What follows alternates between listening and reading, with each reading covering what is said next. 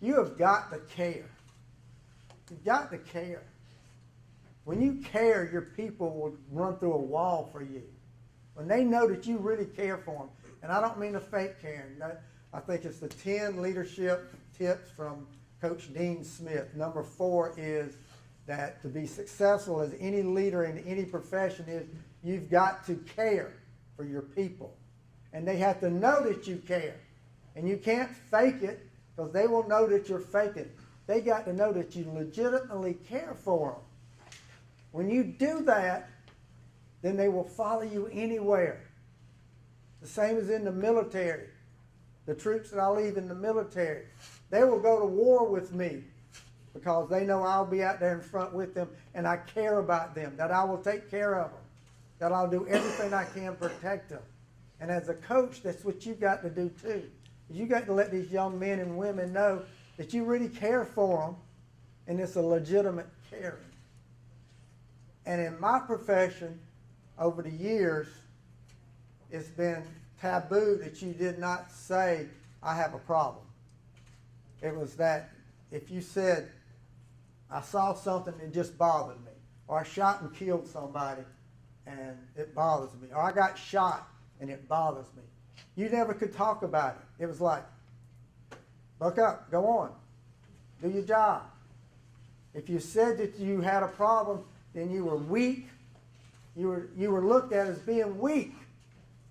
To me, it is a sign of strength when you ask for help. So as the years went by, I realized I needed to do more to take care of these people mentally, to make sure that the body was strong, but their mind and heart was strong too. It had to be that way. I had to show them about, not only did I care about them physically, I cared about all of them, everything about them. And how the first thing you had to do that was say, it is okay to say, I'm not okay. And it is okay to ask for help. Your kids are dealing with some of the same things that my deputies see. Your kids are going to see people who's been shot. They're going to know people who's died. They're going to know people who's went to prison. They're going to see these things. That wasn't that way when I grew up. And most of you in this room probably was not like that either. Times have changed, and as I've had to change on how I am as a leader at the Sheriff's Department, we have to change as coaches also because the kids that we're dealing with are different than what they were 20-something years ago. I see them every day. I see new young deputies come in every day who don't have the same work ethic or loyalty that I had or what we had 20 or 30 years ago, but they still got the desire. They still want to be a cop. They still want to be a player. But there's other issues they have to deal with now that we did not deal with. And if we ignore it, then we're going to lose them. We're going to lose them. I lose them as deputies if I don't care for them. Now, in law enforcement, what do you normally hear right now about law enforcement? That there's what? Lots of vacancies in law enforcement? Nobody wants to be a cop? Pretty much you hear that all over the place. Nobody wants to be a cop anymore. And all these agencies got all these vacancies that they have. I have 900 people.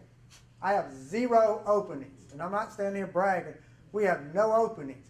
We have people waiting in line that's been processed that I don't have a job for. So if somebody resigns today, I call the next one on the list. Why? We don't pay the most. The hours are the same. The danger is still out there. But why? It's because we've created a culture of caring at the Sheriff's Department where they feel like we really care about them because they know we care about them. They know we care about them. I ask them, why are you still here? Because y'all care. You take care of us. You take care of my whole family. You do these things like, okay, they have to work out. All right, we have our own gym. When a new deputy gets hired for the first 4 weeks, guess who he works out with in the morning? Me. He comes and works out with me. Why? The uniform's not on. I'm in sweat clothes. I'm not killing them, but I'm making them work out. and we have a good time together, and I'm building a relationship. They don't see me then just as the sheriff who's got the 4 stars on them.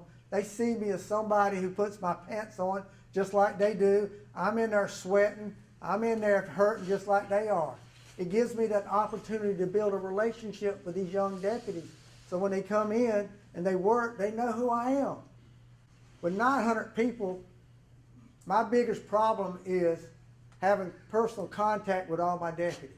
So I do everything I can to meet with them, everything I can to spend time with them, everything I can to reach out and touch them somehow to let them know that I care about them. They have to know, and as a coach, your players and your staff have got to feel the same way. They've got to feel the passion that you have to take care of them and love them. And I know as guys, we don't go around telling people we love them, but you don't have to. You show them. It's not the words as much as your actions. Yeah, you can say I love you, but if you don't and you don't show it, then it doesn't matter. It's just words. They want to know. They want that feeling that you can give them. The same thing I give my deputies, you can do that as a coach.